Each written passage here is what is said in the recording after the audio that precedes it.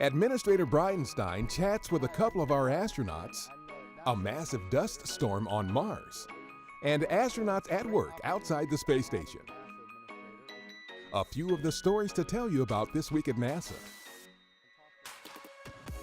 During a recent visit to NASA headquarters, our astronauts Joe Acaba and Mark Vandehei sat down for an informal Q&A session with Administrator Jim Bridenstine and responded to some questions from the agency's social media followers. How much time did you have from the time you launched until you docked?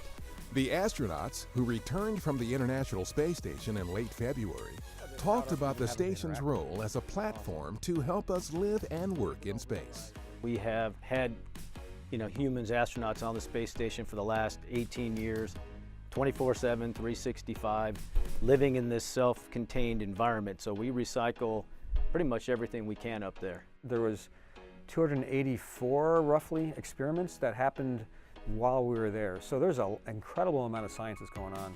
The cutting-edge research and technology development on the station is helping prepare our astronauts to take the next giant leap in human space exploration. The agency plans to return to the moon and eventually send humans to Mars and destinations beyond. One of the most intense and massive dust storms ever observed on Mars is affecting our Opportunity rover, but also presents a window of scientific study for 4 other NASA spacecraft. Scientists hope to collect data on the storm with our 3 orbiters, as well as our Curiosity rover on the surface.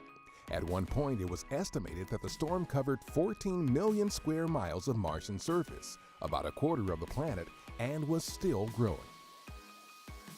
During a June 14th spacewalk outside the space station, astronauts Drew Feustel and Ricky Arnold installed high-definition cameras to provide enhanced views of approaching SpaceX Crew Dragon and Boeing Starliner commercial crew spacecraft that will soon begin launching from American soil.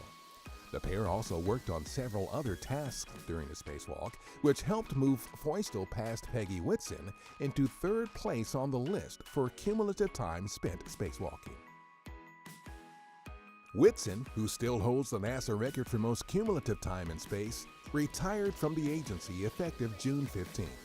Selected as an astronaut in 1996, her 665 days in space included 3 long-duration missions to the International Space Station, during which she became the station's first NASA science officer, first female commander, and also claimed the title for most spacewalks by a female with 10.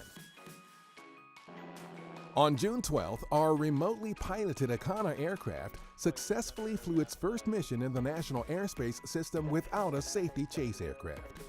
The historic flight in the skies over Southern and Central California moves the U.S. a step closer to normalizing unmanned commercial and private aircraft operations in the airspace, which could potentially lead to a variety of services, from monitoring and fighting forest fires to providing new emergency search and rescue operations.